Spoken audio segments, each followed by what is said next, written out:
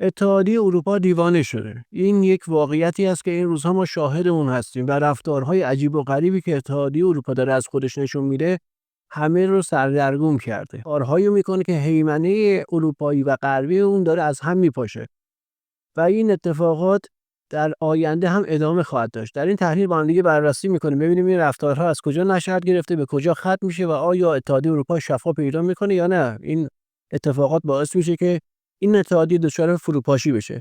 لطفاً تا انتها با ما همراه باشید و اگر دوست داشتید کانال رو سابسکرایب کنید.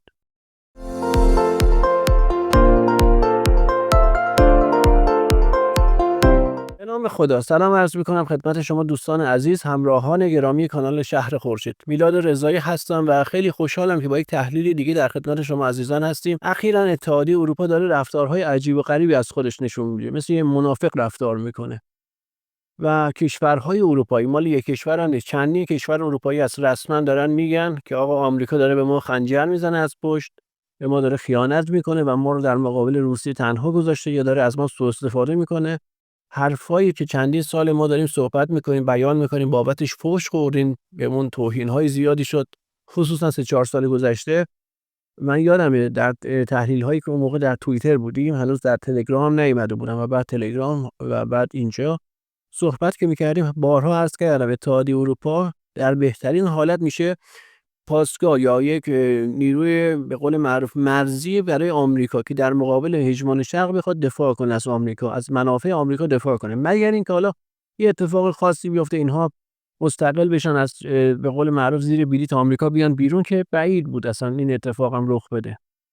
و بابت این حرفا بارها به ما توهین شد. حالا امروز خود اروپایی ها دارن این حرفو بیان میکنن و میگن که اتحادیه اروپا مورد خیانت قرار گرفته. در واقع قضیه چیه؟ قضیه اینه که مقامات سیاسی که در اون پارلمان اتحادیه اروپا هستن دیگه رسما دارن میگن آمریکا به ما خیانت کرده. سیاسیون خود کشورها، مخصوصا اروپای غربی، آلمان، حالا انگلستان، اینها دارن رعایت میکنن، اما فرانسه جایی رسما میگن آقا این داره ما رو دور میزنه.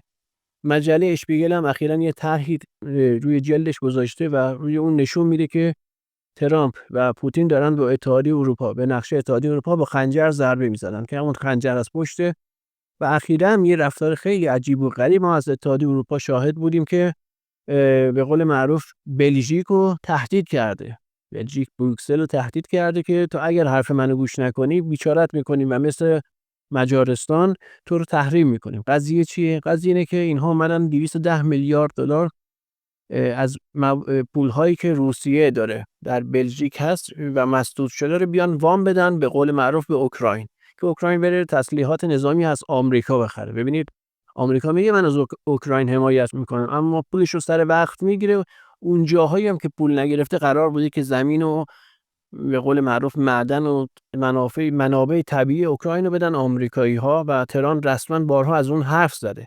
اخیراً که دیده روسیه داره میاد جاهایی میگیره، این ترامپ که میگه آقا بیاین آشتی کنین، آتش بس باشه، بابت منافع خودش و خانواده‌اش و شرکت‌هایی هست که باش کار میکنن، وگرنه منافع آمریکا الان ایجاب نمیکنه آتش بس ایجاد بشه. اما چون میخواد اون بخش شرکت‌های آمریکایی که غول‌های مالی هستن بیاره در اوکراین و بخش معدن و جاهای دیگه رو شروع کنه تخلیه کردن، فعلا بحث آتش بس رو مطرح میکنه که اینها مجوز از زلنسکی بگیرن برن وارد بازی بشن. حالا روسیه بعدم حمله کرد و جنگ شد، زیاد مهم نیست تا میتونن اینها میچاپن اوکراین دیگه. قضیه اینه که اتحادیه اروپا اومده این بامو تصویب کنه. بلژیک برگشته گفته آقا شما که این کارو دارید میکنه، این دارایی‌های روسیه در کشور من مسدود شده. فردا روز اگر همون اتفاقی که الان سر زلنسکی آوردین شما هم سر من بیارید، من چه خاک به سرم بریزم؟ مگه شما نمیگفتید زلنسکی قهرمان دنیاست و تمام هر جایی که شما میدیدید توی 2 سال گذشته بنر آقای زلنسکی می‌زدن، بر تبلیغش میکردن، از اون قهرمان ساخته بودن. هر لباسی که میپوشید فوری میگفتن این یک مرد جنگی، این لباس برای جنگ. یه چرت و پرتایی تو خود ایران ما، در خود ایران ما چنان تبلیغ از این مردک میشد از جنس غربگرا و خیلی از اون مخاطبانشون. ما وقتی مسخرهش میکردیم میومدن به ما میگفتن شما روسپرستید و این زلنسکی قهرمان داره از کشورش دفاع میکنه. گفت آقا کدوم قهرمان، کدوم کشور؟ فروخ رفت، تموم شد رفت، نابود کرد کشورش رو. اصلا منافع ملی اوکراین اصلا مطرح نیست. خیانت کرده به اوکراینی ها. کی گوش میکرد؟ الان اتفاقی که افتاد و همشون دیدن دیگه. ترامپ یه لایک خوشگل نشون زلنسکی داده و زلنسکی رو گفته تو اصلا دیکتاتوری، انتخابات بلد نیستی برگزار کنی. توی یک هفته 10 روز گذشته اروپایی‌ها با زلنسکی صحبت کردن که تو برو یه انتخابات برقرار کن، راه بنداز. و عملا زلنسکی دیروز بود یا پریروز بود اومد یه بیانیه داد که من به راه راست هدایت شدم و بعد جدیداً میام انتخابات میکنم، حالا بریم تو اوکراین قوانین یک کمی تغییرش بدیم. این یک کم تغییر دادن قوانین یعنی که ببینه چیکار میتونه کنه که باز خودش انتخاب شه، چون ترامپ گفته بود دیگه، گفت این آدم یک دیکتاتوره. حالا چه اتفاقی افتاده؟ اینها اتحادیه اروپا رو قرض میکنن. قبلا همین بلا رو سر مجارستان هم آورده. وزیر بلژیک آقای پارت دی بیور اگر اشتباه نکنم اون زمان برگشت به مجارستان توپید که تو خائنی، تو فلانی بهمانی. چرا؟ چون مجارستان این طرحهای وامی که اتحادیه اروپا میخواست برای اوکراین تصویب کنه رو وتو میکرد. میگه آقا این درست نیست، این پول نباید بره، الان بره کجا خرج میشه، فردا یقه خودمون میگیرن. اون موقع دوران اوج و شکوه به قول زلنسکی بود. اتحادیه اروپا اومد چیکار کرد؟ یه شب خوابیدن، صبح بلند شدن اعلام کردن مجارستان به 3 دلیل محروم میشه از حق رأی دادن. یک، نقض قانون، مجارستان اصلا توش قانون رعایت نمیشه، این چیزی که اتحادیه اروپا گفت. دو، عدم استقلال قوه قضاییه. ببینید چقدر جالب، یه دفعه اینا اعلام کردن که مجارستان قوه قضاییه مستقل نیست. سه، فساد مالی و عدم شفافیت.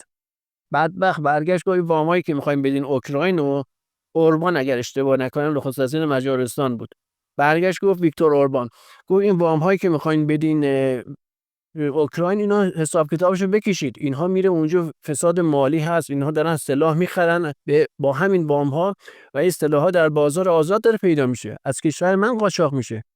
یه شب خوابیدن، صبح بلند شدن 3 تا بهانه آوردن مجارستان محروم شد. نکته جالب اینجاست که اتحادیه اروپا مقاماتش برگشتن به بلژیک هم همین حرفو زدن، گفتن اگه زیاد سر صدا کنی و بگی نه نمیدم و بخوای اصلاحیه توی قانون بام بیاری، تو هم شب بخوابی صبح بلند شی بلای سرت میاریم که سر مجارستان اومده.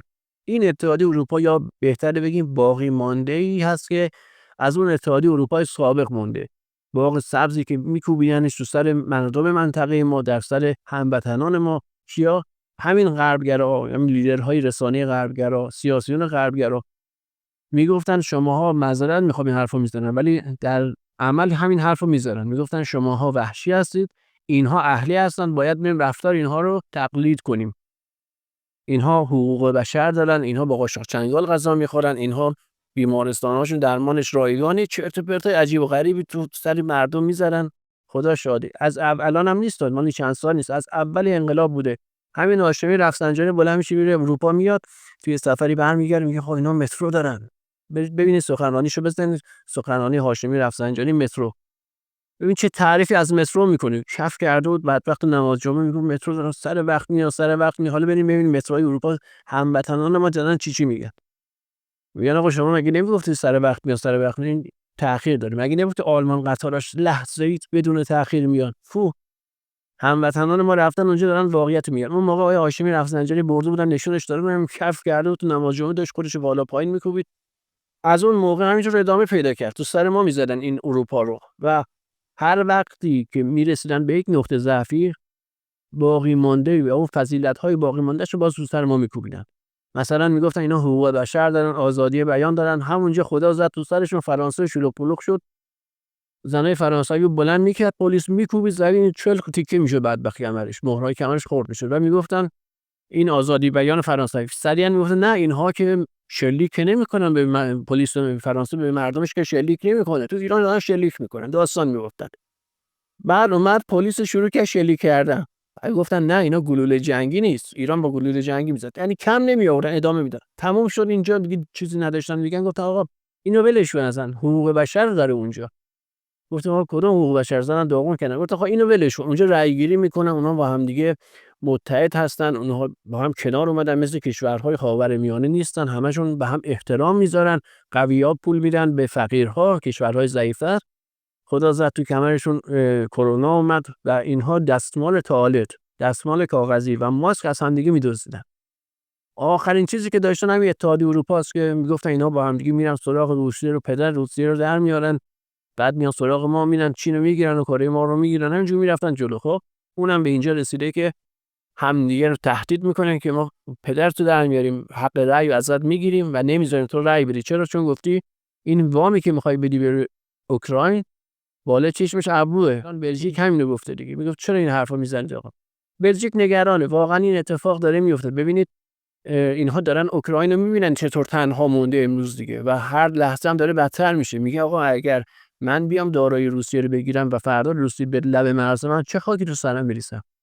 آمریکا که بعضش معلومه منافعش ایجاب کنه، روسیه میشه کشور شر دنیا، بدترین کشور دنیا، میان میریزن اونجا، دشمنانش هم میشن بهترین مردم دنیا. منافعش ایجاب نکنه، منافع شخصی رئیس جمهور و خانواده‌اش ایجاب کنه، مثل ترامپ میان میگن روسیه کشور عاقلیه، پوتین عاقله، زلنسکی دیوونه است، بلد نیست کت و شلوار بپوشه. با بدون کت و شلوار اومده توی جلسه داره با ما صحبت میکنه.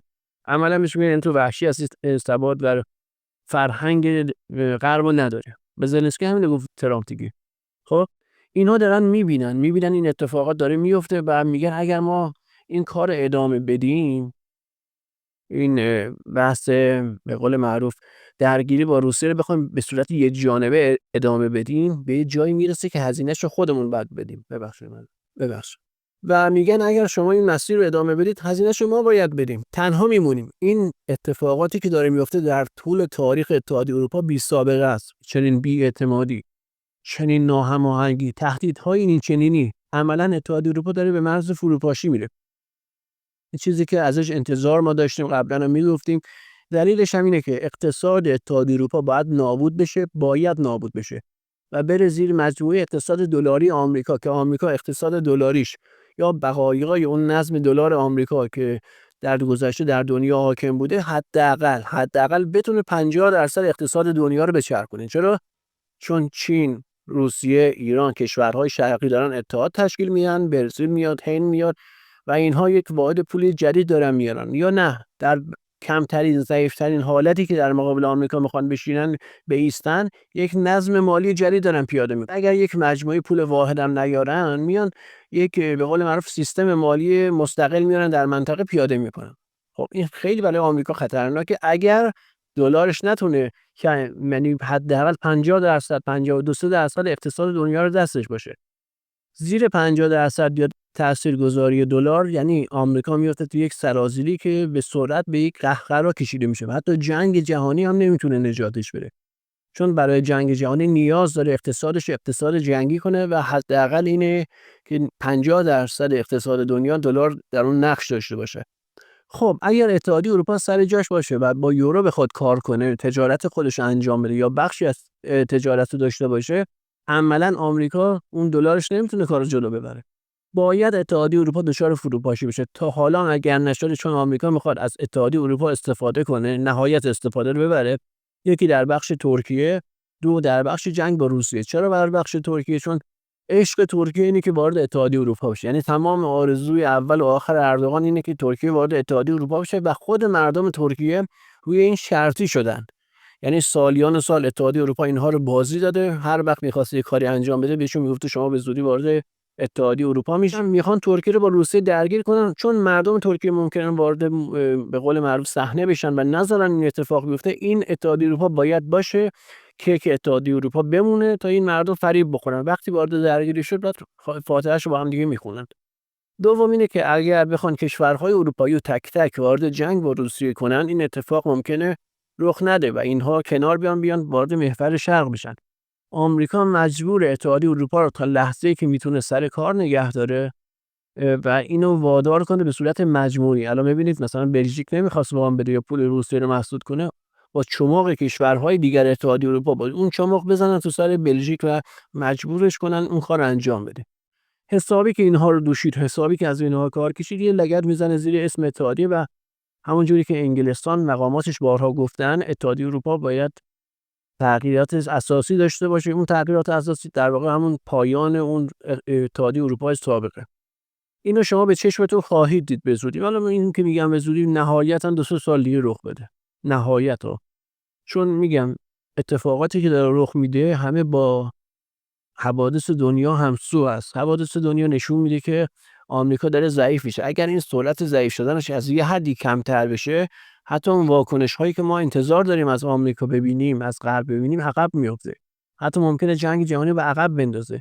چرا؟ چون اون نیاز داره خودش رو بازسازی کنه، ارتشش رو بازسازی کنه، نیروهای نظامیش رو بازسازی کنه، یک اقتصاد جنگی داشته باشه که خیلی مهمه. این الان اگر ایران بخواد خلیج فارس و باب المندب رو ببنده، خودش و یارانش با اقتصاد دنیا بازی کنن، عملا اون جنگ جهانی که ما در مورد صحبت میکنیم ممکنه بیشتر به عقب بیفته. چرا؟ چون اون پولی که آمریکا نیاز داره برای تبدیل شدن به یک اقتصاد جنگی در داخل اقتصاد آمریکا از اعراب میاد، از نفت عرب ها میاد. کشورهای عربی منطقه ما تامین میشه و این گاوهای شیرده آمریکا با بسته شدن باب المندب یا شلوغی در خلیج فارس دچار ضررهای سنگینی میشن. کافی یمن دو موشک بزنه تو امارات، فاتحه امارات کنده است، یعنی تمام اقتصادش میرسه پایین.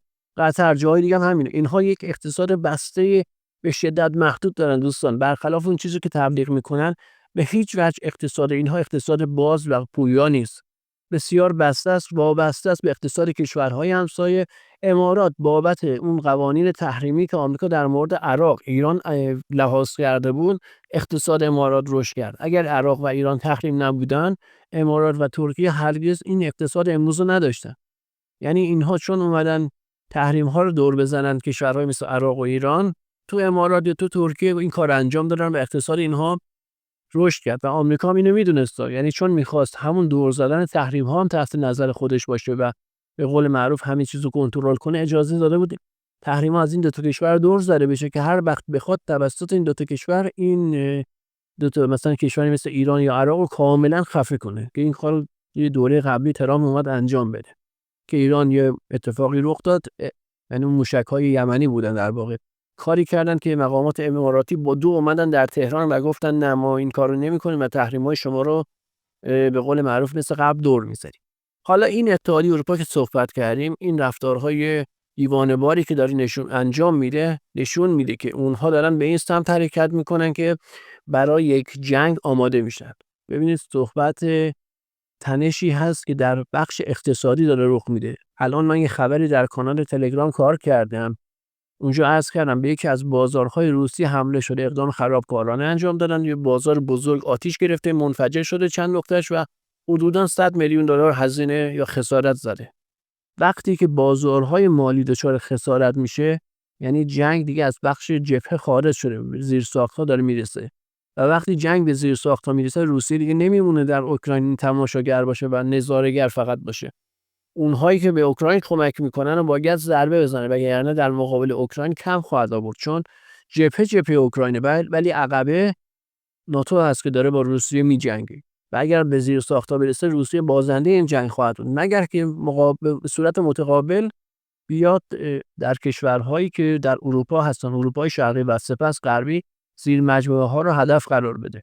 در 2 سال گذشته این کارو بارها کرده اما بی سر و صدا بوده. یعنی میگفتن به صورت اتفاقی کارخونه منفجر شده، یا به صورت خیلی اتفاقی قطار از ریل خارج شده، یا مثلا فلان انفجاری رخ داده دلیلش معلوم نیست. اینا خرابکاری هایی بود که روسیه انجام میداد، چین با یگان سایبریش انجام میداد، ایران براشون دعا میکرد. خب این اتفاقات در پشت جبهه در یک جنگ سرد در جریان بود.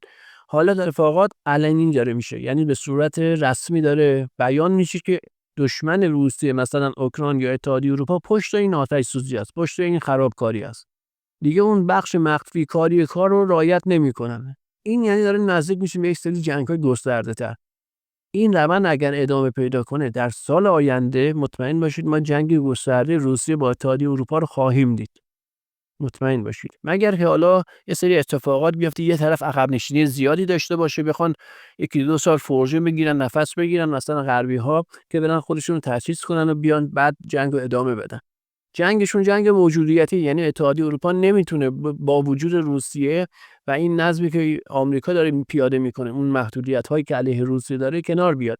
یا اتحادیه اروپا باید از زیر مجموعه آمریکا کاملا خارج بشه، بیاد با روسیه ببنده جدید از اول خودشو، یا نه روسیه رو شکست بتونه اون منابع نفتی رو بگیره، به منابع گازی بگیره و خودشو نجات. در غیر این صورت میشه زمین سوخته وسط که آمریکا و روسیه تو سرش خواهند زد. اونها اینو میدونن. باید ببینیم چقدر میتونن مستقل باشن.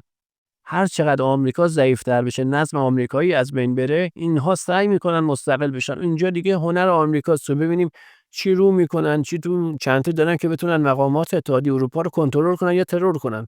همون کاری که در ژاپن اتفاق افتاد. ایرانی‌های عزیزی که در اروپا هستن باید خیلی حواسشون رو جمع کنن. اتفاقاتی که داره میفته نشون میده که یک شبه جنگ ممکنه نازل بشه رو سر برخی از این کشورها.